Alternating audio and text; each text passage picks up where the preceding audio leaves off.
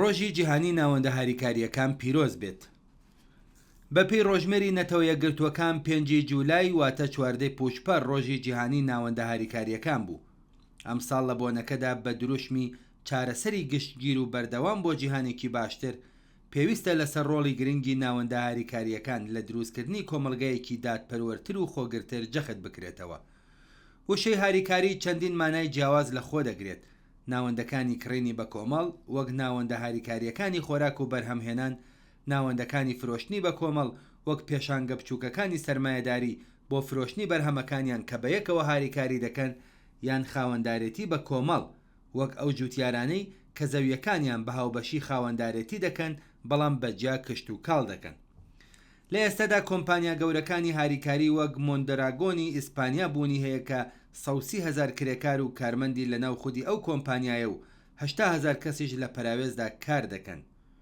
لانیکەم 100,000 کەسیان خاوەن و بەڕێوبەری ئەم کۆمپانیایان کە بە سیستمێکی کارا و بەکارهێنانی بەڕێوبەرایەتی بە کۆمەڵ لە ناو جەرگەی ئەو ئابووریە قەیراناویە جیهانیەدا 50 ساڵە دەوامی هێناوە، بەڵام لەگەڵ گەلێک ئاڵنگاری سەرمایەدارانە بەرەوڕوون. جێگەی ئاماژەیە کە لە جیهاندا 2.6 ملیۆن ناوەندی هاریکاری بوونیان هەیە کە خاوەنی 2 ملیار ئەندامن. سەرەڕای ئەم ڕاستیەش سەرمایەزە بەلەحەکانی کەرتی تایبەت ڕێگەیان نەداوە کە ڕۆڵی ئەوان لە ئابووری جیهانیدا لە 5% زیاتر بێت. لە ناو ناوەندە هاریکاریەکانی جیهاندا کۆمپانیاکانی هاوکاری بە کۆمەڵ لە ئابووری و ناوەندە هاریکاریەکانی ڕۆژاوە نمونەیەکی بەرچاون. لە ئێستادا ناوەندە هاریکاریەکانی ئەو ناوچەیە سیستەمێکی نوێی ئابووریان لەسەر بنەمای خۆبەڕێوبەرایەتی دروست کردووە کە دەکرێ وانەی زۆری لێوەربگیرێت. پێش ساڵی 2011 حکوومەتی بەحسی سووریا هەر خۆڕێخستنێکی جەماوەری سەرکوت دەکرد، بەڵام لە کاتی ڕاپەڕینەکانی ناسراو بە بەهاری عەرەبی کە خەڵکی ڕۆژاوە واتە کورد، ئیزەدی، ئاشووری و عەرەب کنترۆڵی ناوچەکەی خۆیان بەدەستەوە گرت، لە زۆر بواری جۆراوجۆر و لەوانە ناوەندەکانی هاریکاری بە پشبەستن بە خۆیان کاریان کردووە. لە ڕوانگەی چالاکانی ڕۆژاوە بزوتنەوە هاریکاریەکان مۆدێلێکن بۆ کۆمەلگایەکی جێگرەوە. کۆمیتەی ئابووری ژنان سەر بە کۆنگرێستار هاریکاریە کشت و کاڵیەکان، نانەواییەکان و پرۆژەکانی وزەی نوێبوونەوەیان لەم ناوچەیە دامەزراندووە. ناوەندە هاریکاریەکان لە بواری دابینکردنی خۆراک، ئاو، کارەبا، خزمەتگوزاریە پەروەردەیی و تەندروستیەکاندا چالاکن. بەشێکی گرنگی پێکهاتەی کۆمەڵایەتی و ئابووری باکووری سووریا لەژێر چاوەدێری خۆبەڕێوبەرایەتیەکی دموکراتیکدایە. ئەم مۆدێلە ئابووریە لەسەر بنەمای کاری بە کۆمەڵ، خۆبژێوی، پابەندبوون بە ژینگە و دموکراسی هاوبەش بنیادنراوە. لە ئێرانیش ناوەندە هاریکاریەکان هەم لە بواری بەرهەمهێنان واتە کشت و کاڵ و پیشەسازی و خانوبەرە و هەم لە بواری خزمەتگوزاری و خۆراکدا چالاکن. لە بەشی پیشەسازیدا 17,000 ناوەندی هاریکاری چالاکن.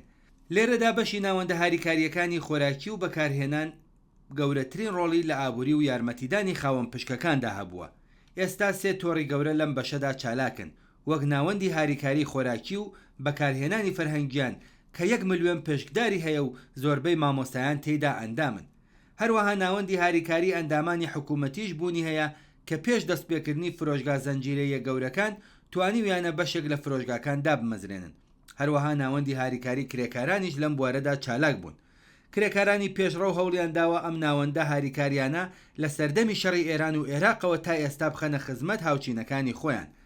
ئەوان تا ڕادەیەک پێداویستیە خۆراکیەکان بە نرخێکی گونجاوتر و بەبێ بەهرەی دەڵاڵ و بە مەرجێکی باشتری وەک فرۆشتن بە شێوەی قیستیان دابین کردووە و لە ئێستادا 5 ملیۆن ئەندام و پشکداریان هەیە. بەگشتی ئابووری وڵات بەسەر 3 بەشی وەک دەوڵەتی، تایبەت و هاریکاریدا دابەش کراوە. لا سەرەتای هاتنە سەرکاری ڕژیمی سەرمایەداری ئیسلامیەوە کۆمپانیا هاریکاریەکان هەمیشە گۆشەیەک لە ئابووری بوون، بەڵام سەرەڕای ئەوەش ڕێگەیان پێنەدراوە کە زیاتر لەو 5% ئابووری وڵات داگیر بکەن. لە جیهاندا کەرتی تایبەت بربەستی سەرەکی بووە لە بەردەم گەشەی ناوەندە هاریکاریەکان. لە ئێرانیش بەشی دەوڵەتی، نیمچە دەوڵەتی و گەندەڵی لە ڕادەبەدەری ڕژیم لەم پەیوەندیەدا ڕۆڵی سەرەکیان هەبووە کە 70% ئابووری وڵاتیان لە بەردەستدایە. یەکەمین ناوەندە هاریکاریەکانی جیهان لەلایەن کرێکارانەوە لە سەدەی 18دا دامەزران. مەبەست ئەوە بوو کە ئەوان قازانجنەویست بن، بەڵام لە جیهانی سەرمایەداریدا ئەمە ممکن نەبووە. سەرەڕای ئەوەش پێکهاتەکەیان بە شێوەیەکە کە ناتوانن وەک بەشێکی تەواو قازانج خواست بروکراتیک و بەبێ بەزەیی کار بکەن.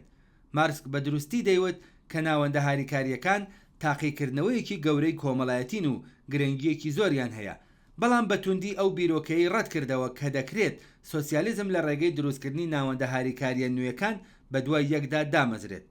ئەو جەختی کردەوە کە بۆ ڕزگارکردنی کۆمەڵانی خەڵکی زەحمەتکێش پێویستە هاریکاری و کاری بە کۆمەڵ بۆ ئاستی نەتەوەیی گەشە بکات و دەرەنجام بە ئامرازی نەتەوەیی پەروەردە بکرێت.